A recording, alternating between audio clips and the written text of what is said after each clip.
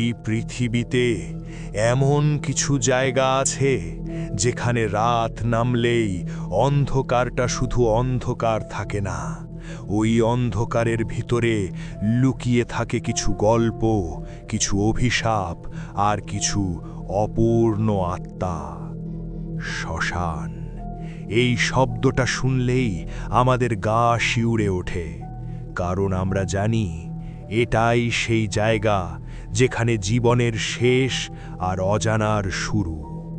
কিন্তু যদি আমি বলি সব আত্মা মুক্তি পায় না, কিছু আত্মা অপমান, প্রতারণা আর অসমাপ্ত ভালোবাসার আগুনে পুড়ে এই পৃথিবীতেই আটকে থাকে, আর ঠিক সময় এলে তারা ফিরে আসে।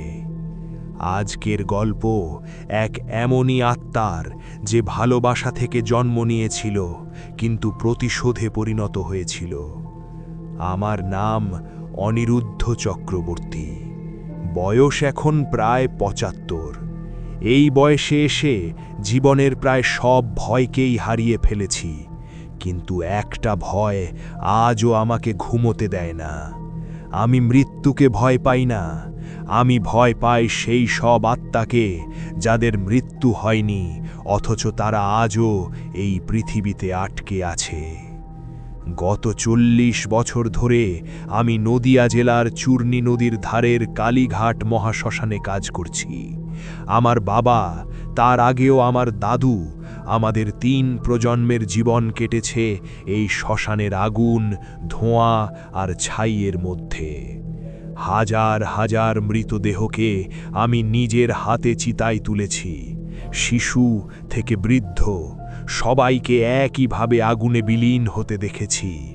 তাই মৃত্যু আমার কাছে নতুন কিছু নয়, বরং জীবনেরই এক অঙ্গ।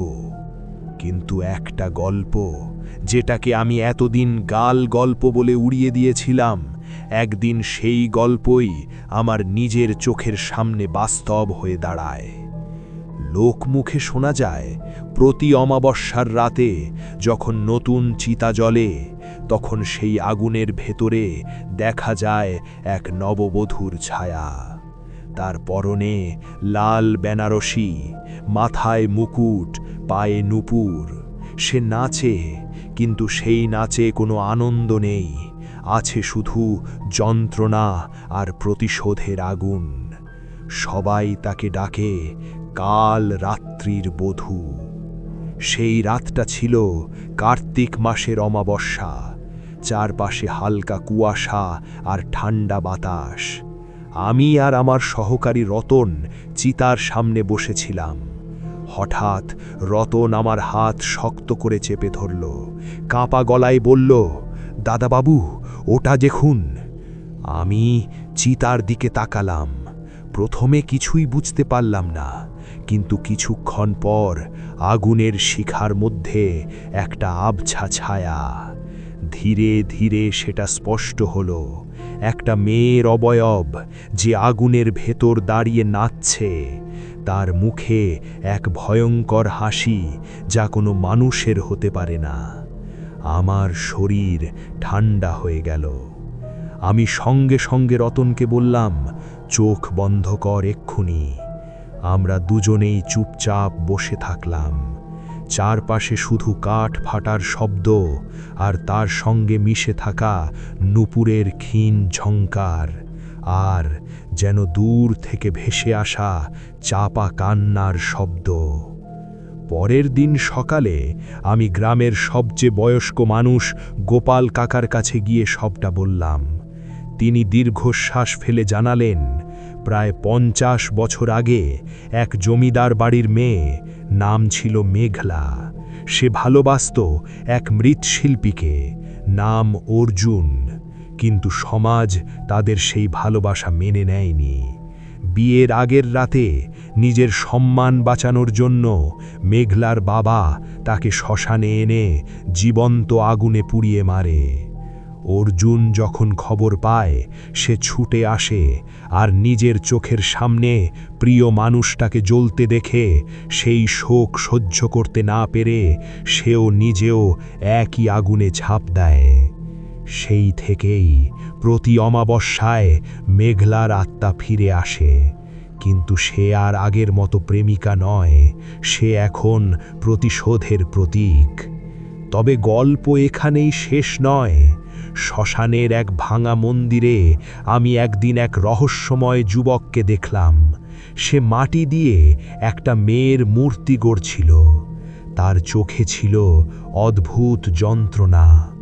আমি তাকে জিজ্ঞেস করলাম, তুমি কে? সে শুধু শান্ত গলায় বলল, আমি অপেক্ষা করছি। সেই মুহূর্তে আমার মনে হয়েছিল এই গল্পে শুধু এক আত্মা নয়, দুটো আত্মা জড়িয়ে আছে। একটা প্রতিশোধের আগুনে জ্বলছে, আরেকটা ভালোবাসার আশায় অপেক্ষা করছে।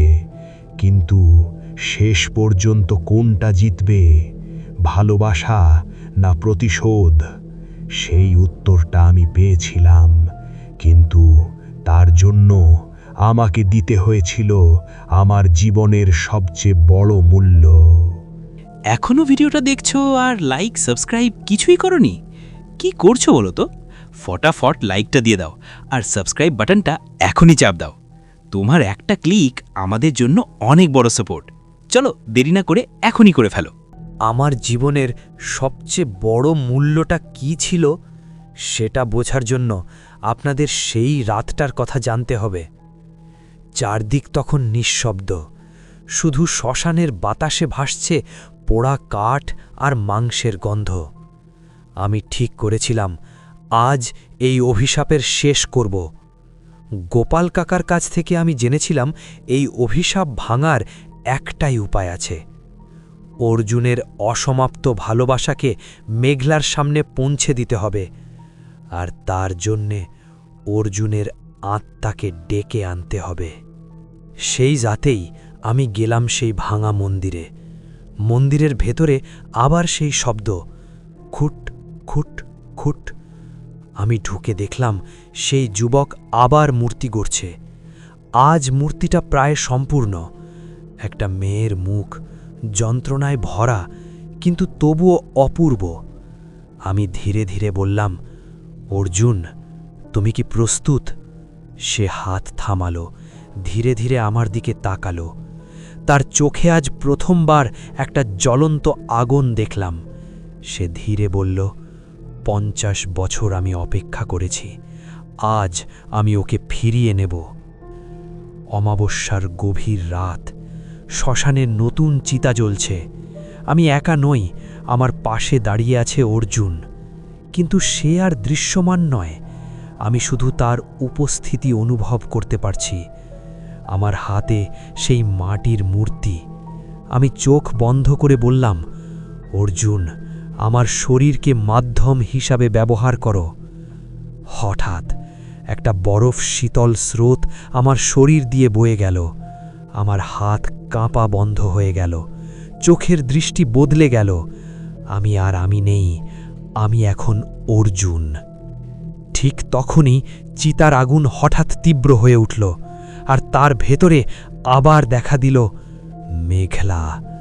সে নাচছে আগুনের মধ্যে দাঁড়িয়ে, তার মুখে সেই ভয়ঙ্কর হাসি, কিন্তু চোখে অসীম যন্ত্রণা। আমি ধীরে ধীরে আগুনের দিকে এগোতে লাগলাম, কিন্তু ঠিক তখনই নদীর দিক থেকে ভেসে এলো একটা ভয়ঙ্কর গন্ধ, পচা মাছের মতো, পচে যাওয়া মৃত্যুর মতো। তারপর একটা বিকট অমানুষিক হাসি। আমি বুঝে গেলাম সে এসেছে।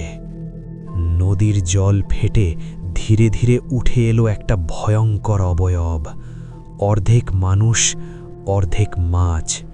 চোখ দুটো জ্বলছে আর মুখে রক্তমাখা হাসি। এই সেই জলপিশাচিনী।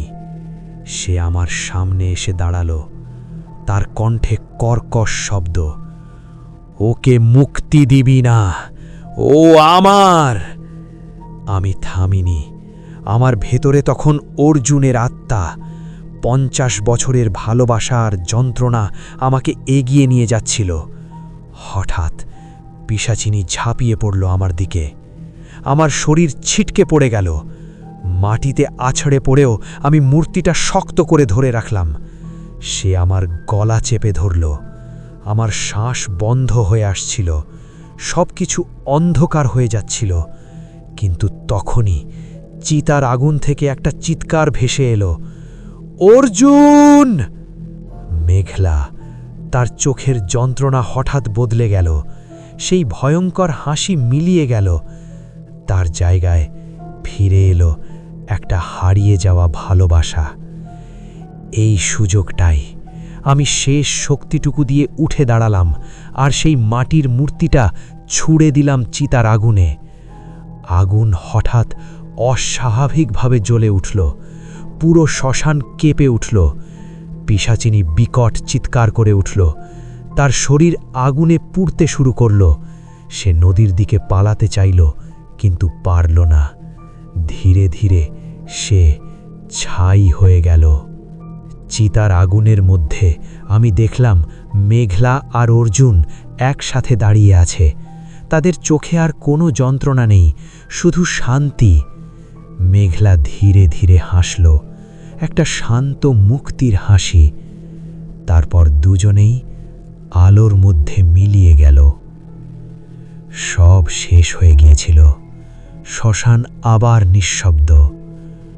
যখন আমার জ্ঞান ফিরল, আমি মাটিতে পড়ে আছি। রতন আমার পাশে বসে কাঁদছে, কিন্তু আমার শরীরের ডান দিকটা আর কাজ করছিল না। হ্যাঁ, সেই রাতেই আমি হারিয়েছিলাম আমার শরীরের অর্ধেক অংশ। কিন্তু জানেন, আজও যখন অমাবস্যা আসে, আমি আর কোনো নূপুরের শব্দ শুনি না, কোনো কান্না না, কোনো ভয় না, শুধু একটা অদ্ভুত শান্তি। কারণ সেদিন আমি দেখেছিলাম প্রতিশোধ নয়, শেষ পর্যন্ত ভালোবাসাই জেতে। তো এটাই ছিল আজকের গল্প। যদি ভিডিওটা ভালো লেগে থাকে একটা লাইক করে দিও, আর এমনই ভয়ঙ্কর গল্প আরও শুনতে চ্যানেলটা সাবস্ক্রাইব করে পাশে থেকো। দেখা হবে পরের গল্পে।